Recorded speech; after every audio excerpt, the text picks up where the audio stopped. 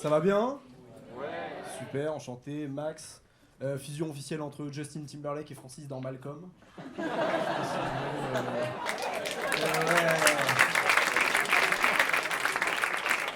Surprise, motherfucker! C'est vrai qu'on a la ref, on s'aperçoit que j'ai deux papas, quoi, finalement. Comme quoi, c'est possible. Ravi d'être ici. Moi, dans la vie, j'ai une particularité, je suis tout le temps en retard. Est-ce qu'il y a des gens qui sont en retard tout le temps dans leur vie par applaudissement ce soir? Ouais, ok. 30% en général. Voilà, c'est normal. En fait, j'ai compris, nous, notre problème, à nous les gens en retard, on a tous le même problème en commun, en fait, c'est qu'on n'a aucun sens des priorités. C'est vrai, hein? Moi, il faut toujours que je fasse un dernier truc, au dernier moment, juste avant de partir. Style, s'il y a le feu chez moi, mais que mon regard croise la vaisselle sale, c'est sûr, je mourrai en faisant la vaisselle, quoi. C'est dommage, ça serait quand même la mort la plus débile de l'histoire. T'imagines le lendemain au JT? Mesdames, messieurs, bonsoir et bienvenue à ce journal télévisé de 20h. Terrible accident dans le 9e arrondissement de Paris. Les flammes ont pris place progressivement dans un appartement pendant que le locataire nettoyait tranquillement sa vaisselle. Un scénario improbable, une hécatombe, un reportage réalisé par Jérémy Delaporte et images par Genève Versoix.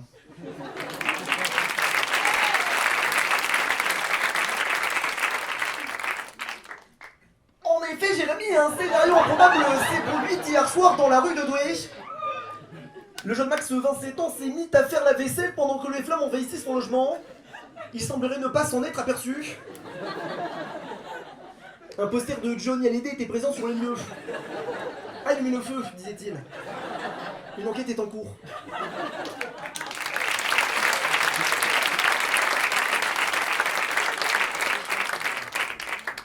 Moi, je suis tellement tout le temps en retard maintenant que les gens ils font carrément en fonction de moi, quoi.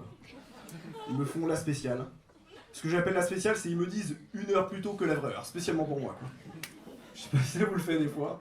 Voilà, ils me disent 18h au lieu de 19h, ce qui fait que j'arrive à 18h45, allez. Mais ça fait un quart d'heure en avance, quoi.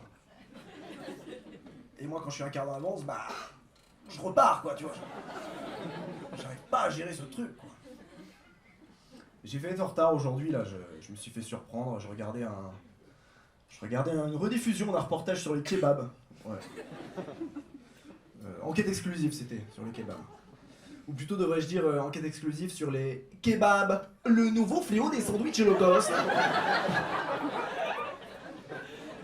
Il est dorénavant un virus qui touche de plus en plus les jeunes citadins.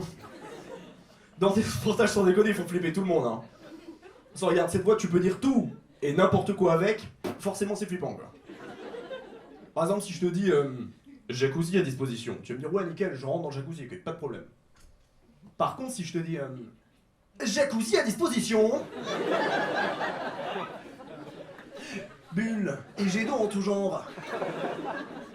Mais d'où viennent ces bulles? Oula. Là tu te dis je vais pas rentrer dans le jacuzzi parce que je vais choper une MST en fait, c'est ça? Copieux, abordable.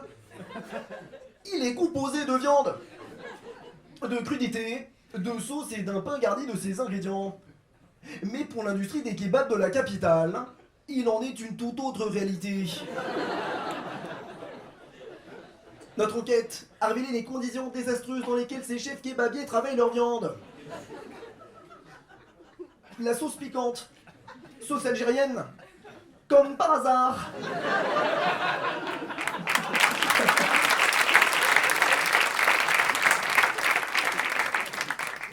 Chef, c'est la manière qu'ils ont d'appeler leurs clients réguliers. C'est à se demander qui gère les cuisines. On les perd comme ça.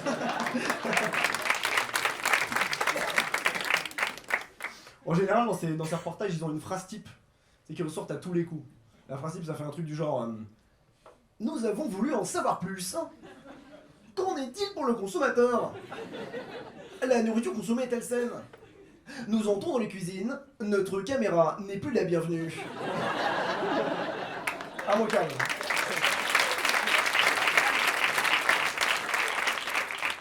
Les mecs, c'est tellement des oufs, ils sont allés jusqu'à faire une analyse de la viande des kebabs, quoi. Ils ont analysé comme ça plusieurs échantillons de kebabs sur Paris. Et dans un des échantillons, ils sont tombés sur de la viande de chat. Ouais. Le chat, en plus de se trouver dans notre salon, et parfois même dans notre savon, le jar.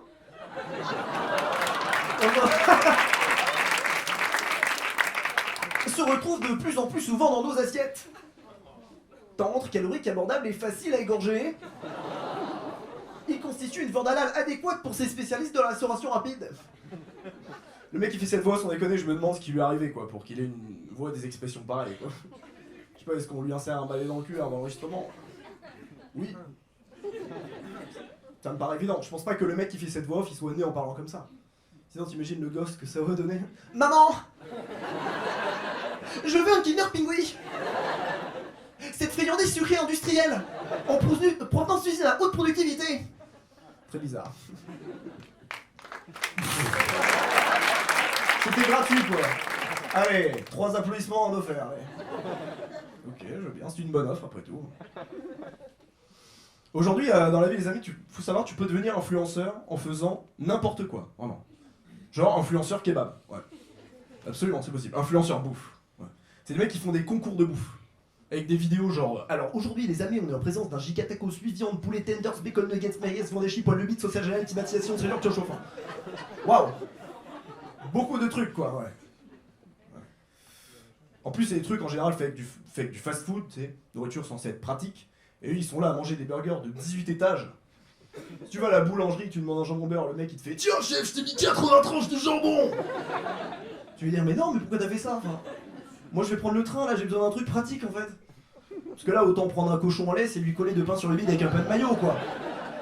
Au moins il avance tout seul quoi. Le king des influenceurs fast food comme ça, c'est un mec qui s'appelle Alan Food Not The Challenge. Voilà. Je sais pas si vous connaissez, il a 1 million d'abonnés quand même statistiquement, il y en a qui le connaissent. Les trucs qu'il mange en moyenne ça pèse 5 kilos. Voilà. Soyons francs, 5 kilos c'est pas une portion pour humain. C'est plutôt une portion pour grizzly.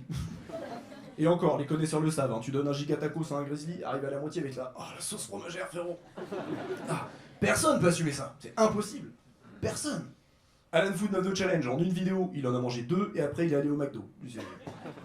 C'est un gouffre le mec, c'est un trou noir quoi. C'est pas le verre solitaire qu'il a, c'est le verre collectif quoi. C'est une équipe au complet, hein, 4-4-2.